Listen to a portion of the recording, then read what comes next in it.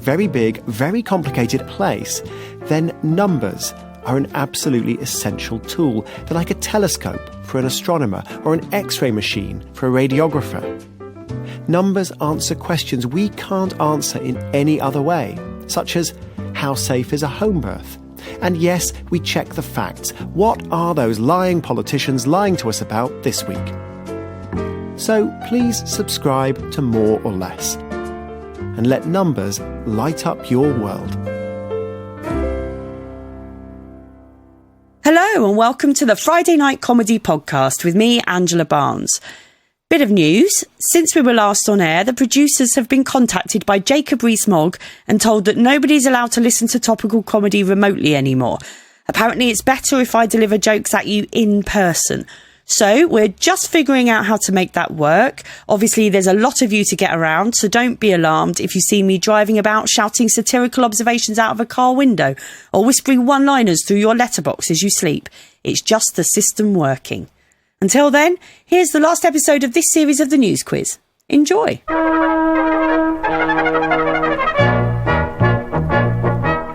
Welcome to the News Quiz with your host, Angela Barnes. Hello and welcome to the News Quiz. Actually, you're lucky I'm here at all this week because I've just caught wind that IKEA is open now.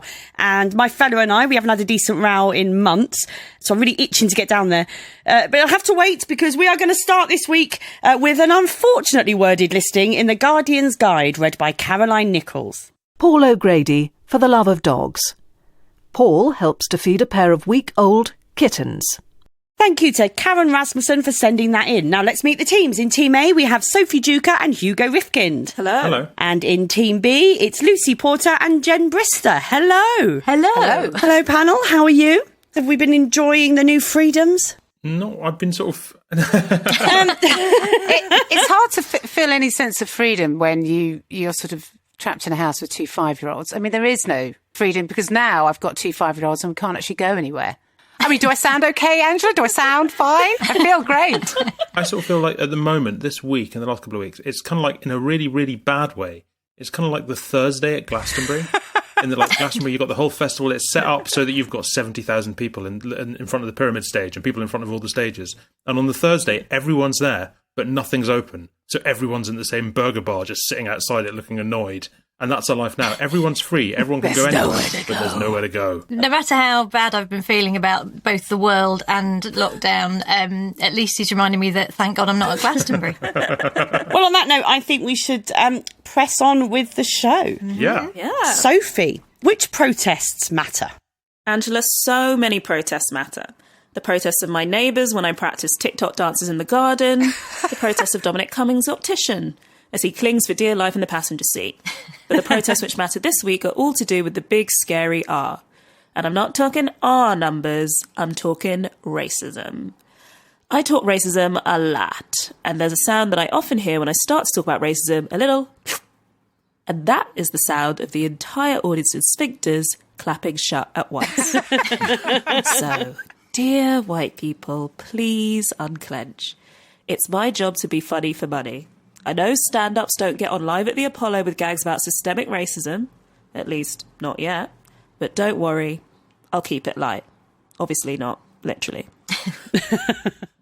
This big story of the week is very upsetting, and so I have prepared something to say. George Floyd was a black American who was killed by the excessive force of a white police officer, an act which has sparked protests in all 50 US states and across the world. And maybe, because everyone being more or less indoors means that we have more time to bake banana bread and care about black people, shit really kicked off. Trump has reacted to his country's largely peaceful protests by sending in the military. On home soil, Tory MP Desmond Swayne refused to comply with constituents' wishes and condemned Trump's response, saying, "Arsonists and looters have it coming." Look, I don't judge despicable human Desmond Swayne. Only God, Judy and Rinda can judge. But if arsonists and looters have it coming, then the royal family, British Museum and the council that opted for cheaper, more flammable cladding had better watch their backs. We tend to think of UK racism as a less bombastic version of what you could get stateside, but we pioneer formats. Brits invented The Office, Big Brother. Of course we were experts in anti-blackness before it was cool. From Windrush to Grenfell, Stephen Lawrence to Sarah Reid, Our nation has blood on its hands. And no amount of hot water and happy birthdays can wash that stain clean. These protests are about Tony McDade and Naomi Hersey, Booby Thomas and Belly Majinga, about Diane Abbott and Meghan Markle, about your colleagues, classmates, clients, friends, about me, my mum and my little brother. It's about the workers who clean your streets and serve your food and save your lives. This story is about Black Lives Matter. If there was 500 people in the radio theatre right now, that would definitely be getting... I'm glad we feel awkward and uncomfortable because we bloody well should, right? I feel a bit like at the moment, you know when your friend gets pregnant and their husband says, we're having a baby, and it's like, no. That's not your experience. That's her experience. What you have to do is stand there, shut up, listen, and make sure you don't make it worse. No, Angela, this is quite wrong. This is quite wrong. Look. Speaking as a white privileged man, and the only one on the panel, I noticed. But look, like a lot of white privileged men this week, I've been trying to think about the best way that I can support people of colour. And like a lot of white privileged men, I've come to the conclusion that my best strategy for doing this, the best way to show my support, is by criticising black people extensively for any tiny thing they're doing right now, which makes me feel personally even mildly uncomfortable. I think that's what's important, rather than focusing on the massive, massive things that Western societies have been doing horribly wrong for generations, because that's much less important. Oh, Hugo, that's so good of you. Thank you. It's very important that men like you do... I mean, please do speak up, because, you know, it's... yes, Alan 25683, yes, he was talking to you, and you specifically, and calling you a racist, and it's very important that you're doing that good work, Hugo, and I applaud you for it. Otherwise, literally, what are we for? Absolutely. Exactly.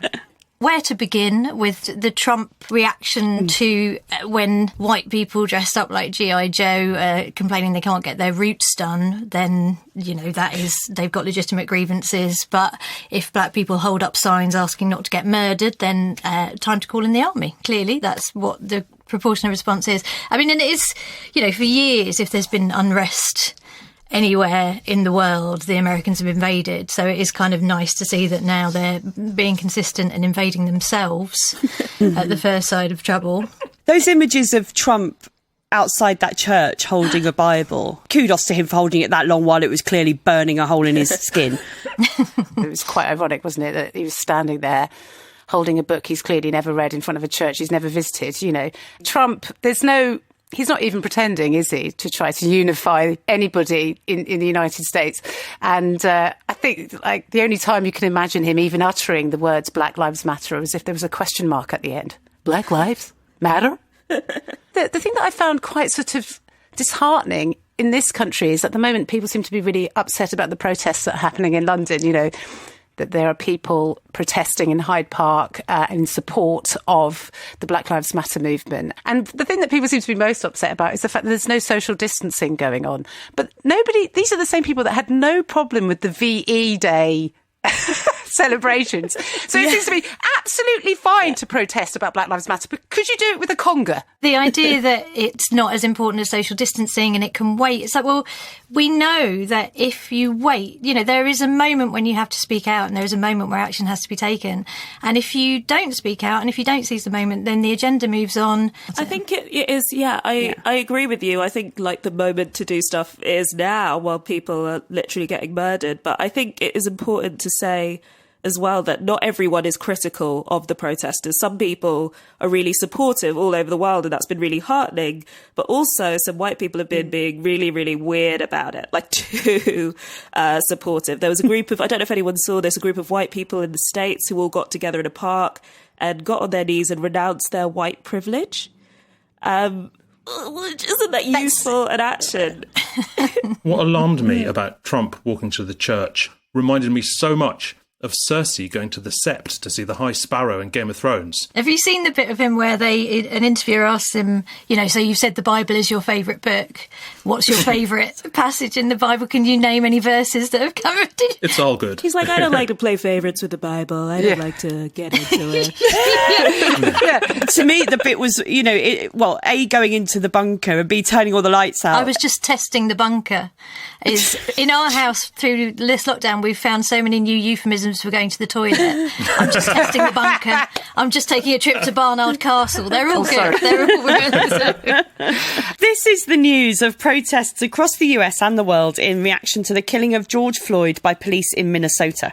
In reaction to the protest, Donald Trump posed outside a church holding a Bible for 17 minutes, or as he calls it, a full day's work.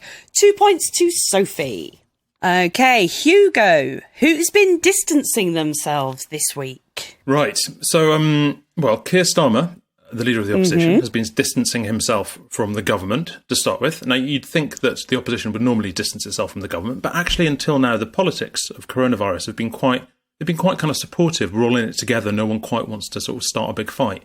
But now you can tell Starmer's getting edgy. It's a bit like that bit in Titanic when the boat goes sort of totally upright and you've got Kate Winslet and Leonardo DiCaprio hanging onto the railing. He's like Kate Winslet watching the captain sliding past going like, are we fine? You know, it's kind of like that at the moment with coronavirus. Look, here in Britain, on coronavirus, we are probably doing worse than the rest of Europe.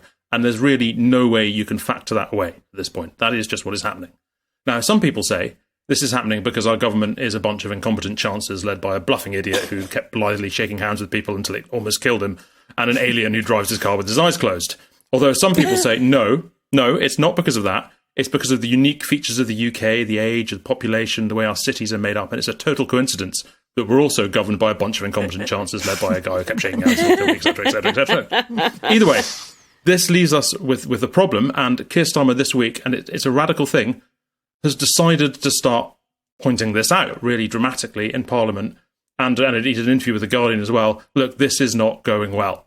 And there are lots of ways in which it's going well. Also distancing themselves at the moment. Scientists are distancing themselves from the government. Scientists have been sort of holding their tongue lately, not quite willing to get involved in the politics. Now they're doing that a bit more. There's a strong sense that the government, from scientists it seems, that the government are slightly making it up as they go along now, telling people who are shielding that they can suddenly start going outside, for example, but without saying why that's happening. And like we've got this new test and trace system they keep saying is going to be world-beating. But the problem with the test and trace system is you keep hearing from people who are like working for the test and trace system, who the whole system seems to have forgotten about, and they're just stuck at home watching Netflix, saying I've got nobody to trace, which means the test and trace system isn't even tracing the people who work for the trace system, which isn't great. Yeah, Keir Starmer, so he's finally sort of holding government to account a little bit, isn't he? I liked it when he suggested to them that they had, rather than an exit strategy, they had an exit without a strategy. And I thought I tried to take a wetsuit off like that once, dislocated a shoulder. And meanwhile, you've got MPs back in the House of Commons who are distancing themselves from each other, or supposed to be. They're all lined up in a queue, even more depressing than the IKEA one, you know, stretching out of the building like zombies going to the mall in Dawn of the Dead.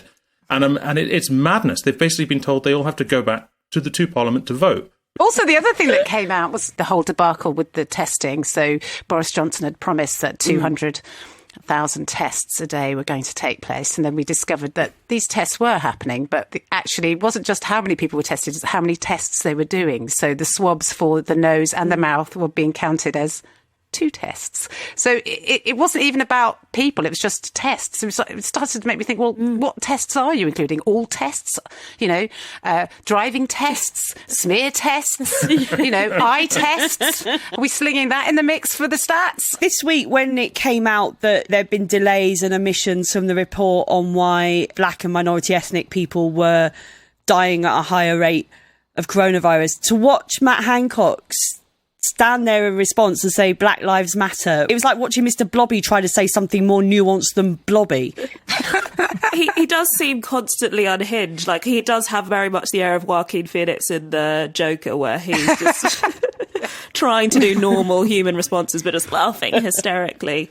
I'm not particularly turned by the charms of Keir Starmer, but I do think that he is kind of just saying the things that always need to be said, that we all knew. Like, it's clear that the government is winging it, but we don't know if they're winging it like, you know, a daredevil pilot, or if they're winging it like Icarus and we're all screwed. Like, we don't know if this is going to go up in flames or if we're going to get away with it. The thing with the tests, what it reminds me of, it's like when people have like a new song out on Spotify and they play it themselves. They leave their computer running it 24 hours a day to get their hits up. It's kind of like that with the tests. You wonder if Matt Hancock's just sitting in his bathroom all night with a swab, just jabbing himself in the nose again and again and again at 99, 100, 101, 102. Yeah. Well, like sending everyone back to Parliament when the system that was in place was working. Everyone was broadly speaking happy with it, except Jacob Rees-Mogg, because he is the ghost of a Victorian politician who haunts Parliament and can't exist outside it. So he wanted. Well, to be fair, his valet's only just got used to the electric telephone, Lucy. So Zoom was. I think that his main reason for not wanting to carry on with virtual Parliament is that someone's changed his Zoom background to the Death Star, and he's too embarrassed to ask how to change it back.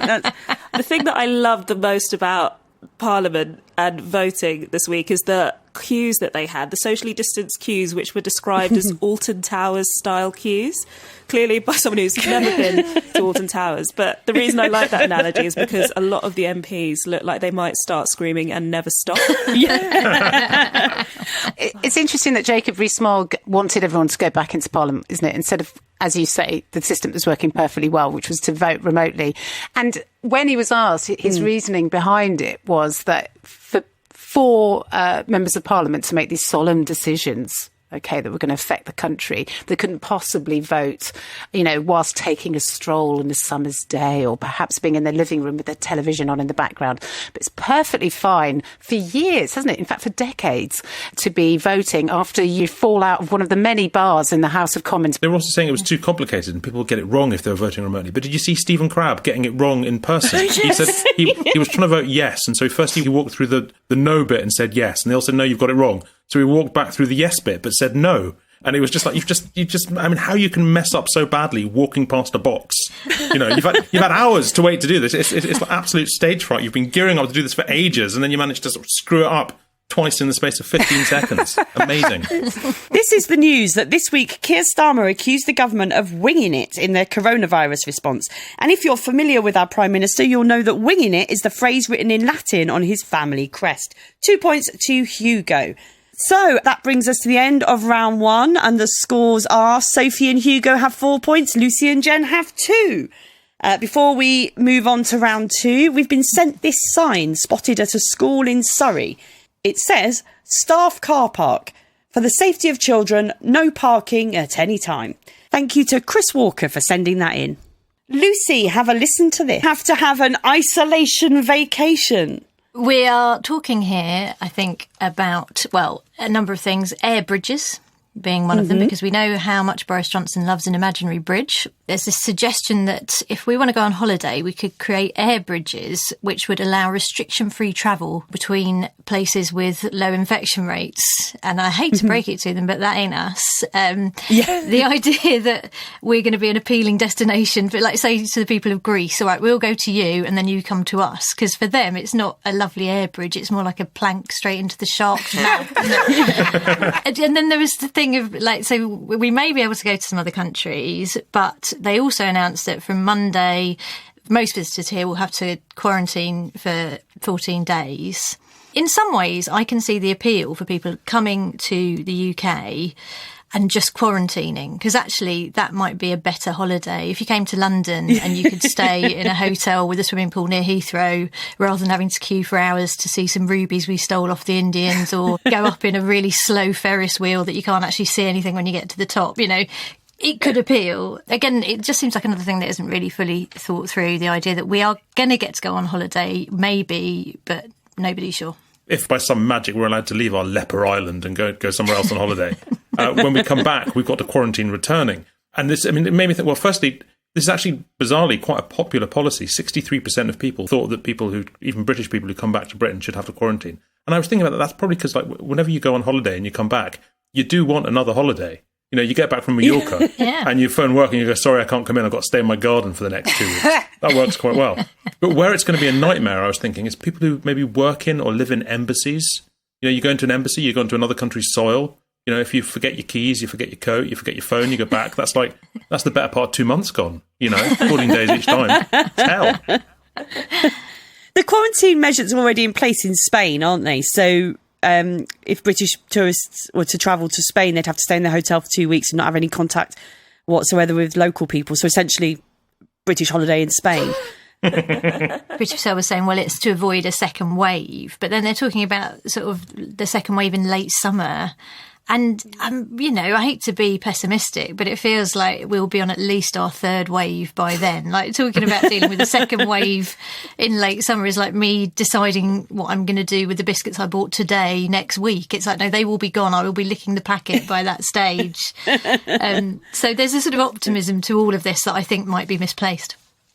Jen? Did you see there was a quote that stated that Priti Patel was actually adamant that the 14-day quarantine will last the full 3 weeks? And I thought, well, there's no hope for us. That's it. This is the news that from Monday, anyone arriving in the UK will be required to self-isolate for 2 weeks.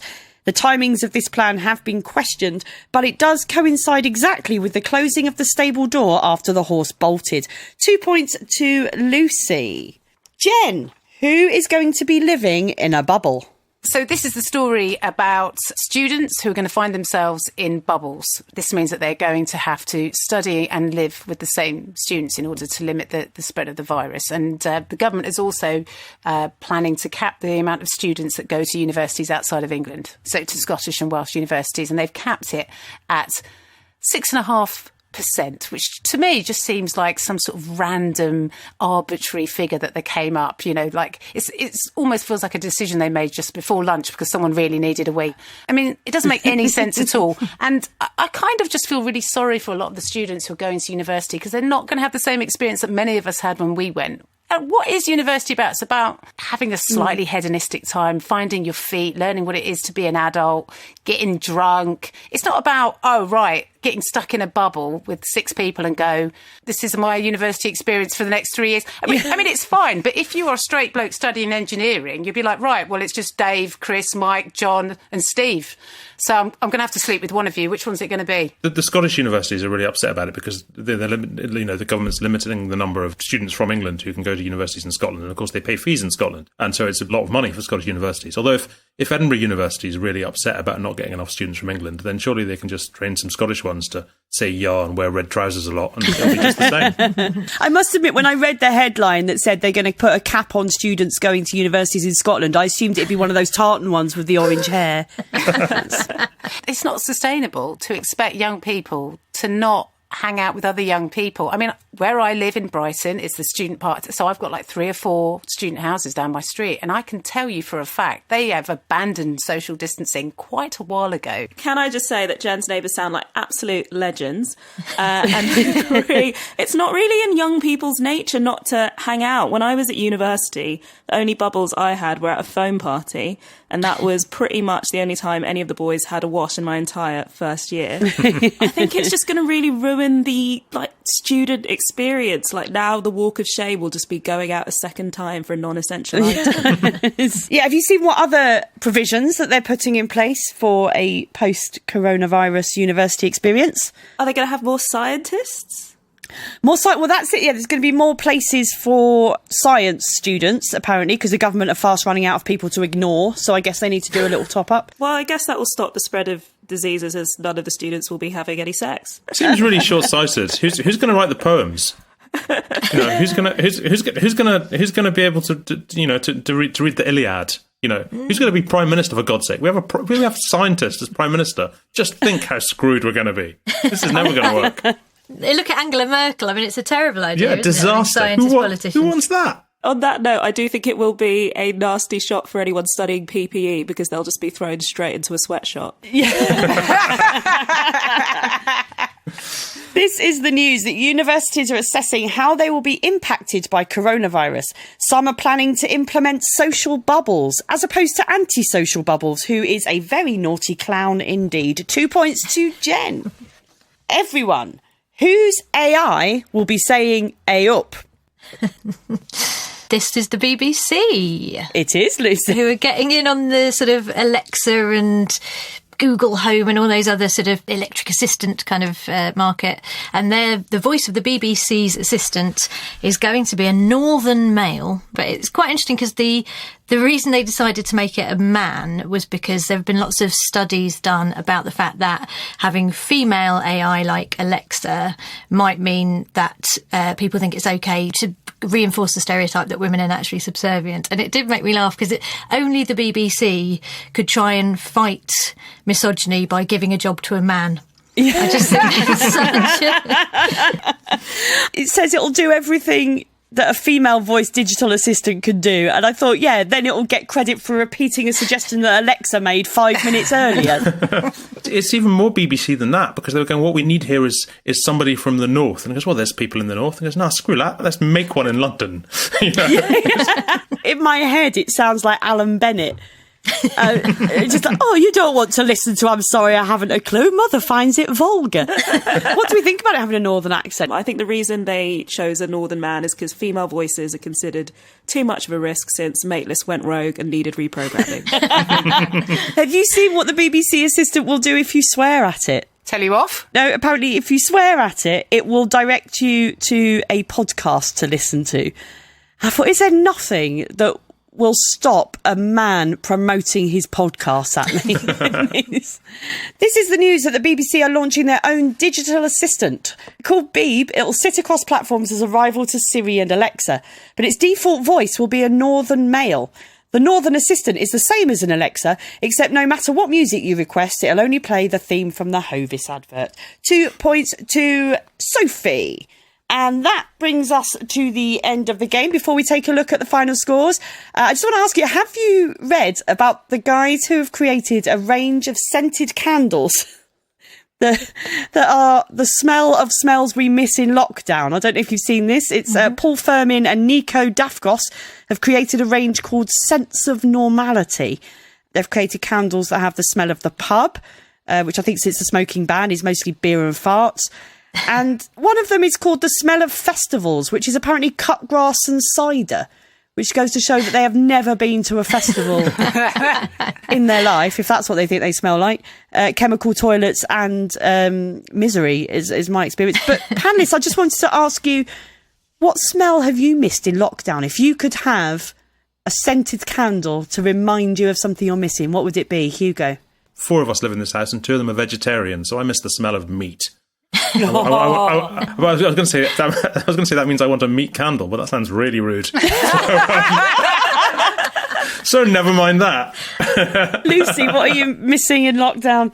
I should point out as well, though, the candle that smells of the pub, they are actually raising money for charity with it. But it does cost £45, which I thought, not only does it give you the smell of the pub, but it's also quite good for people in London who are missing the cost of a round of drinks. Well, with that brings us to the end of the show. And I can tell you the final scores are Hugo and Sophie have 6. Lucy and Jen also have 6. It's a draw. Before we go tonight, I'd like to say a huge thank you to all of our panellists this week and indeed this series who took on the challenge to make the news quiz happen, and to all you listeners for being so brilliant and coming on this ride with us. It's been different, but it's been super fun. And at the end of each recording, there's been no queue at the bar, which I call a win.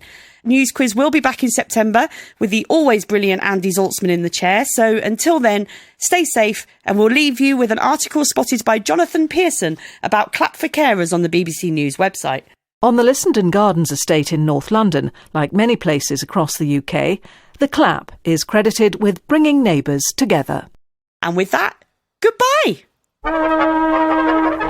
Taking part in the news quiz were Jen Brister, Sophie Duker, Lucy Porter and Hugo Rifkind. In the chair was Angela Barnes, and the news was read by me, Caroline Nichols. The chair's script was written by Max Davis, Jenny Leville and Robin Morgan, with additional material from Simon Alcock, Michael Fabry and Zoe Tomalin. The producer was Susie Grant, and it was a BBC Studios production. Hi, my name's Jarvis Cocker, and I'm here to tell you about Wireless Nights, a nocturnal investigation into the human condition. A collection of stories about the night and the people who come alive after dark. From nightclubs to night rail, from the man in the moon to the land of the midnight sun. Join me and discover a different kind of nightlife.